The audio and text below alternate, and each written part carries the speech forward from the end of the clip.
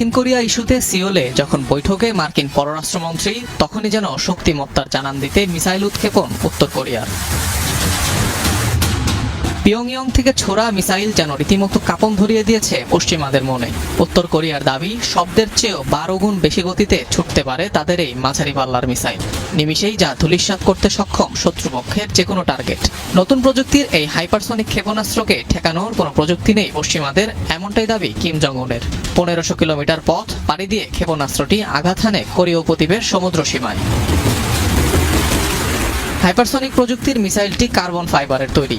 একদিকে এটি অ্যালুমিনিয়ামের চেয়েও বেশি মজবুত এবং তুলনামূলক হালকা। এ ধরনের ক্ষেপণাস্ত্র রাডারের চোখ ফাঁকি দিতেও অধিক কার্যকরী। বিশ্লেষকরা বলছেন, এ ধরনের উপাদান দিয়ে মিসাইলের উৎপাদন প্রক্রিয়া বেশ জটিল।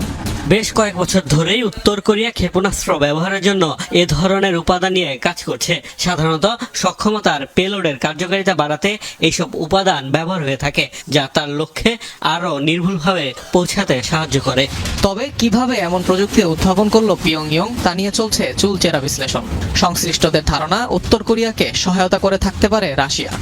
এই ক্ষেপণাস্ত্র এতটাই উদ্বেগজনক যে এই প্রযুক্তি বর্তমানে শুধু রাশিয়া, চীন এবং যুক্তরাষ্ট্রের কাছে রয়েছে। প্রযুক্তিটি সম্পর্কে যা চিন্তার তা হলো, এই ধরনের গতি অর্জনের জন্য এমন উপকরণের প্রয়োজন যা প্রতিকূল পরিস্থিতি সহ্য করতে পারে।